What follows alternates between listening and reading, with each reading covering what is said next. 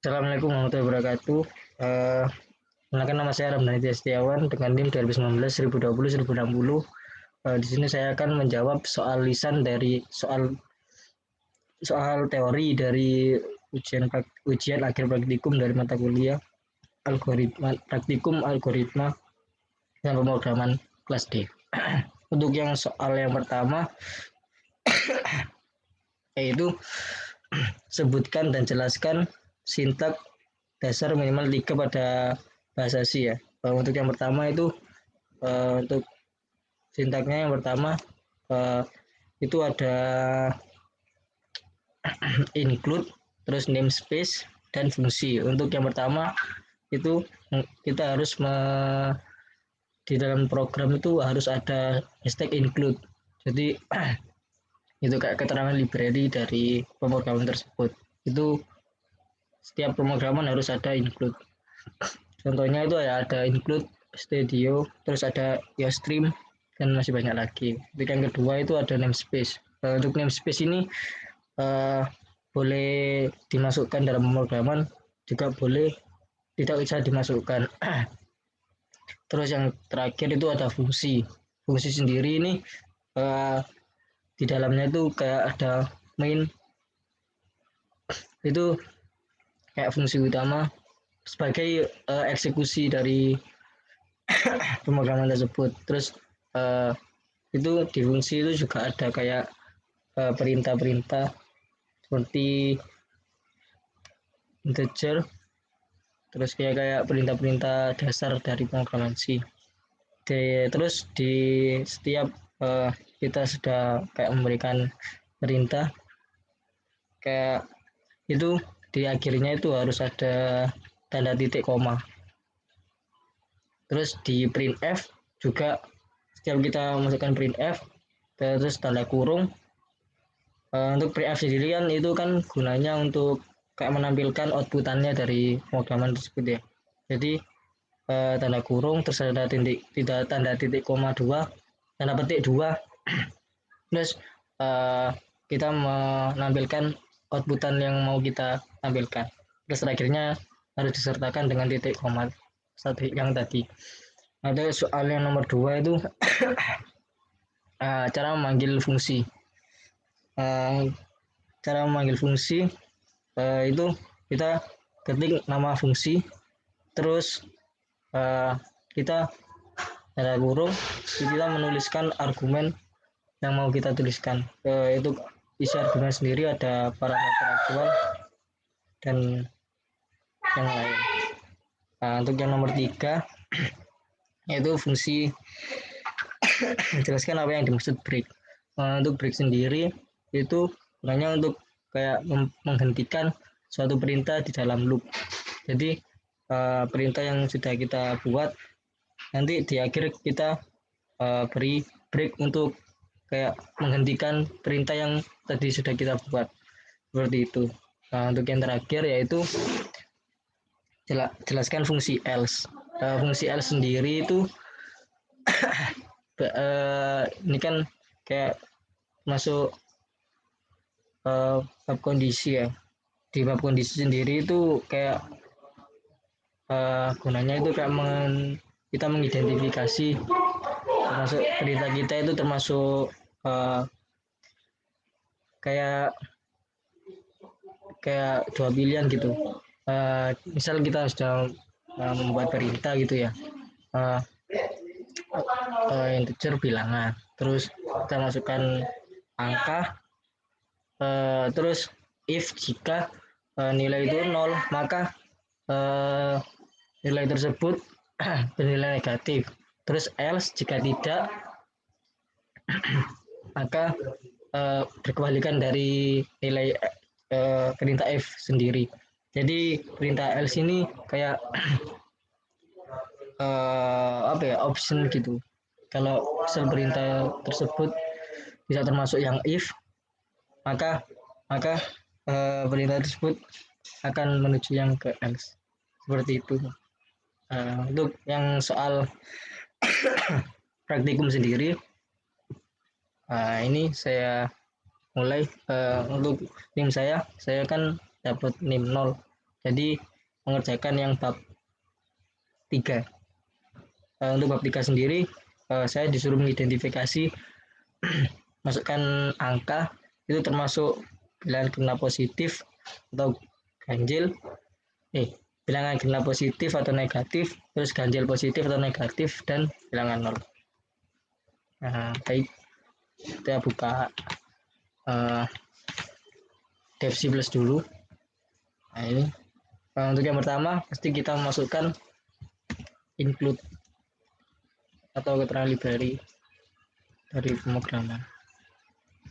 Itu. Terus kita masukkan main.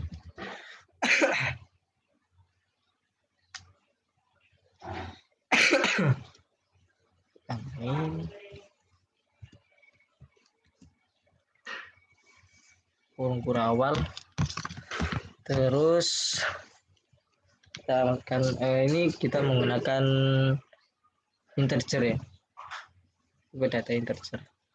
Karena ini kan angka, jadi bentuknya desimal.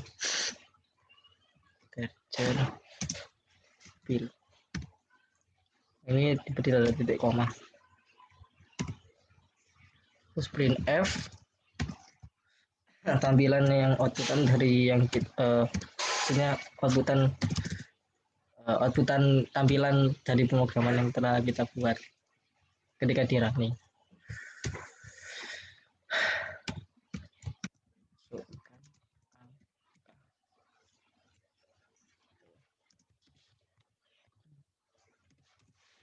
Terus scanf senti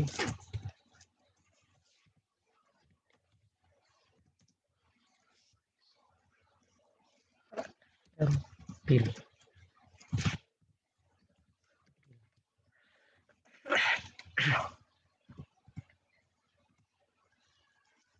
If b dari 0 b dari 0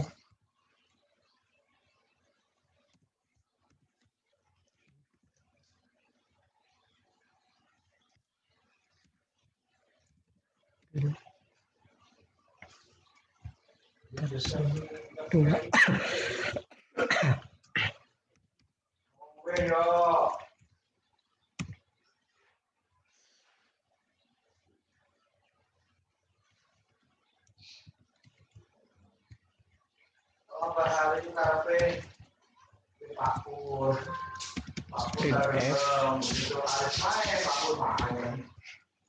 termasuk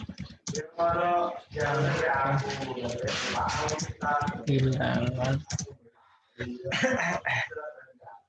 termasuk bilangan genap positif.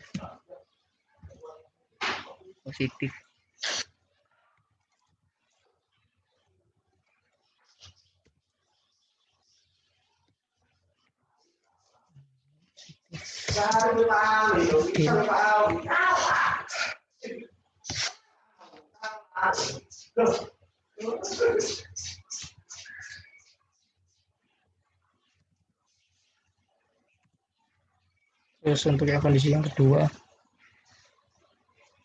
if bil yang dari 0, if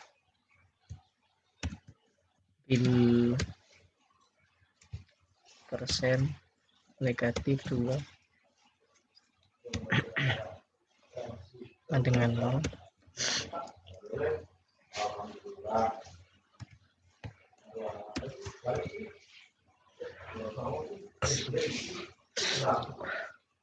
printf termasuk bilangan ganjil positif.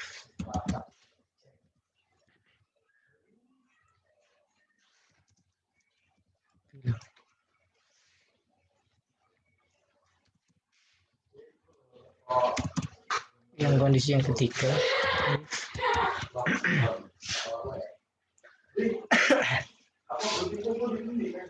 Bil lebih dari 0.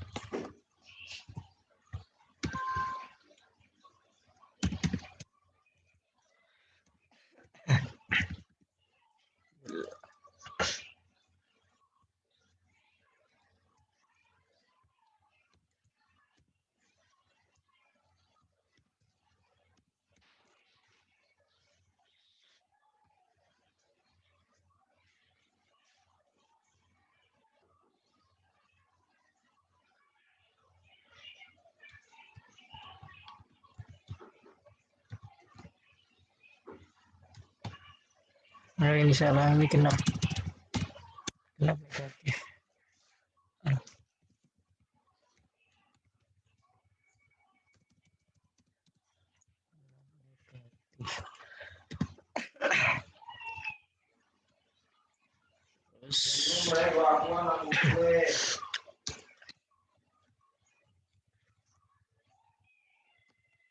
Kurang gue awal print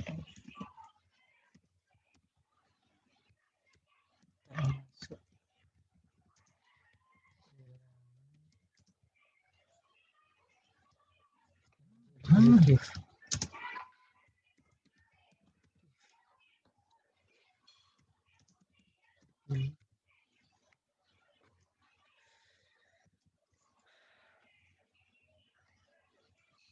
Kondisi yang terakhir,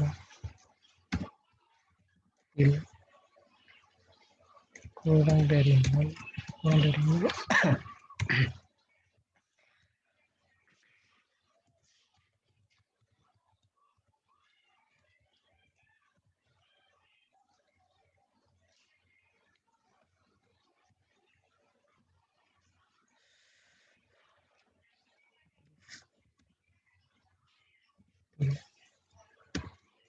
Persen 2, persen min negatif 2.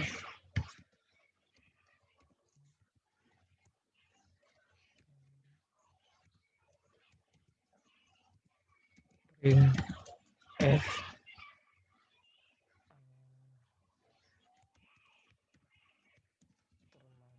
termasuk bil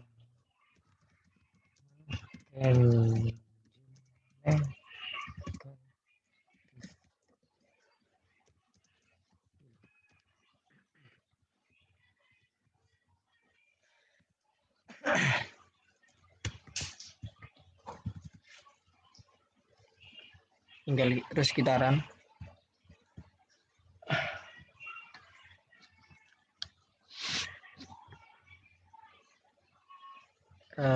Salah. Oh, ini enggak ada titik komanya. Ini juga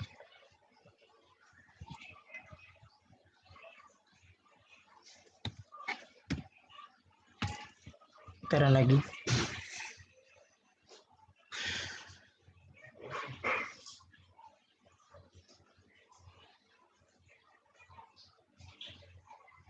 Nah, ini untuk hasil runningnya. Kita coba untuk kondisi yang pertama. Kita masukkan angka 13. Agar oh ini maaf, salah di tulisannya. Ke ganjil. Coba lagi.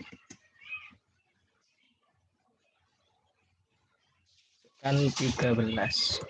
Nah, ini termasuk bilangan ganjil positif. Itu untuk yang kondisi pertama. Kita coba lagi. Kita masukkan yang genap positif sekarang. 16. Nah, positif. Kita masukkan lagi.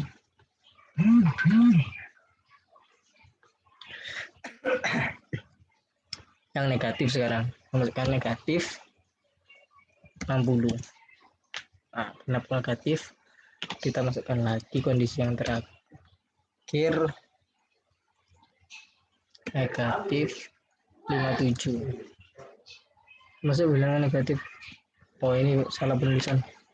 Ganjil negatif. Oh ini.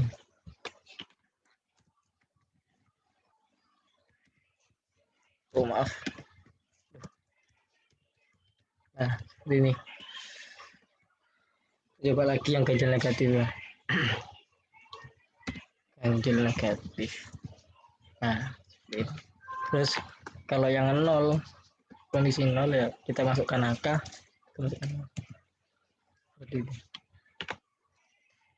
Sekian presentasi presentasi maaf, sekian pengerjaan UAP dari saya, kurang lebihnya mohon maaf. Wassalamualaikum warahmatullahi wabarakatuh.